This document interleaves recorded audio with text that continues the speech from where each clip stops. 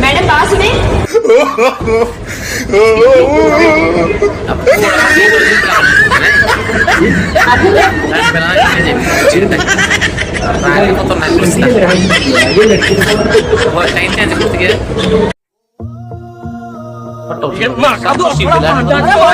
क्या हुआ, लगी तो नहीं?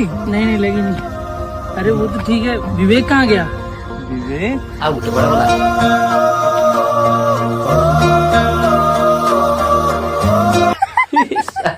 उठे देखो हम सुजी हटा देखी पड़ी जी सांग पहिला भी सेरे तो सुजी दो